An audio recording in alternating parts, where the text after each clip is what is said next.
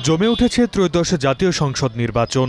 তফসিলের পর মনোনয়নপত্র সংগ্রহ করছেন বিভিন্ন রাজনৈতিক দলের নেতা ও স্বতন্ত্র প্রার্থীরা। বুধবার সকালে চাঁপাইনবাবগঞ্জ ৩ আসনে মনোনয়নপত্র সংগ্রহ করেন জামায়াতে ইসলামী মনোনীত প্রার্থী মোহাম্মদ নুরুল ইসলাম বুলবুল। এ সময় নির্বাচনে সবাইকে জামায়াতের পক্ষে কাজ করার আহ্বান জানান তিনি। নির্ধারিত সময়ের মধ্যেই আল্লাহ তৌফিক দিলে ইনশাআল্লাহ এটা পূরণ করে আমরা আবারও যথাযথ কর্তৃপক্ষের কাছে জমা দেব ইনশাআল্লাহ। আমি চাঁপাইনবাবগঞ্জবাসীর কাছে দোয়া চাই। এদিন বিকেলে কিশোরগঞ্জ ১ আসনে মনোনয়ন ফর্ম নেন বিএনপির মনোনীত প্রার্থী ও কিশোরগঞ্জ জেলা বিএনপির সাধারণ সম্পাদক মোহাম্মদ মাজহারুল ইসলাম। নির্বাচনে জয়ের ব্যাপারে আশাবাদ ব্যক্ত করে সবাইকে ঐক্যবদ্ধ হয়ে দেশের কল্যাণে কাজ করার আহ্বান জানান তিনি। আমরা আশা করি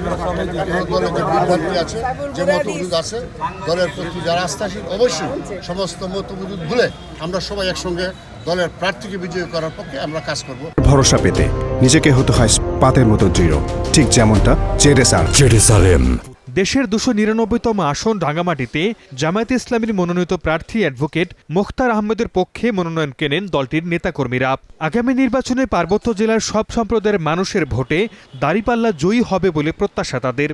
আগামী নির্বাচনটা যাতে ফ্রি, ফেয়ার অ্যান্ড প্রেডিক্টেবল হয় সেজন্য সরকারের কাছে আমরা উদাত্ত আহ্বান জানাচ্ছি এবং আগামী নির্বাচনের সকল জনগণ যাতে উৎসবমুখরভাবে নির্বাচন দিন কেন্দ্রে গিয়ে আগামী জাতীয় সংসদ নির্বাচনে পছন্দকৃত দল এবং প্রার্থী প্রতীক্ষে ভোট দেয় এবং আগামী জাতীয় সংসদ নির্বাচনে একই দিনে যে গণভোট হবে সেই গণভোটে জুলাই সনদের পক্ষে ভোট প্রদান করে সেই আহ্বান জানাচ্ছি আমরা। মেহেরপুর ১-এ মনোনয়নপত্র সংগ্রহ করেন জামাতের প্রার্থী তাজউদ্দিন খান ও মেহেরপুর ২ থেকে জেলা জামায়াতের শূরা সদস্য নাজমুল হুদা।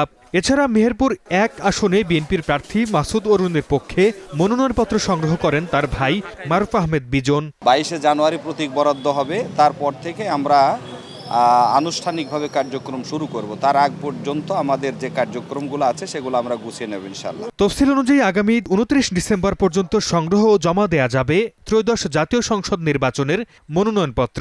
আতরহমান বাচ্চু ভাই দাঁড়িপাল্লা প্রতীকে সর্বোচ্চ ভোট পেয়ে এই আসনে বিজয় হবে ইনশাআল্লাহ। মাওলানা ওবায়দুল্লাহ কায়সারের পক্ষে দাঁড়িপাল্লার ভোটের মাধ্যমে ইনশাআল্লাহ নড়াইল ১ আসন আমরা ইনশাআল্লাহ বিজয়ী হব।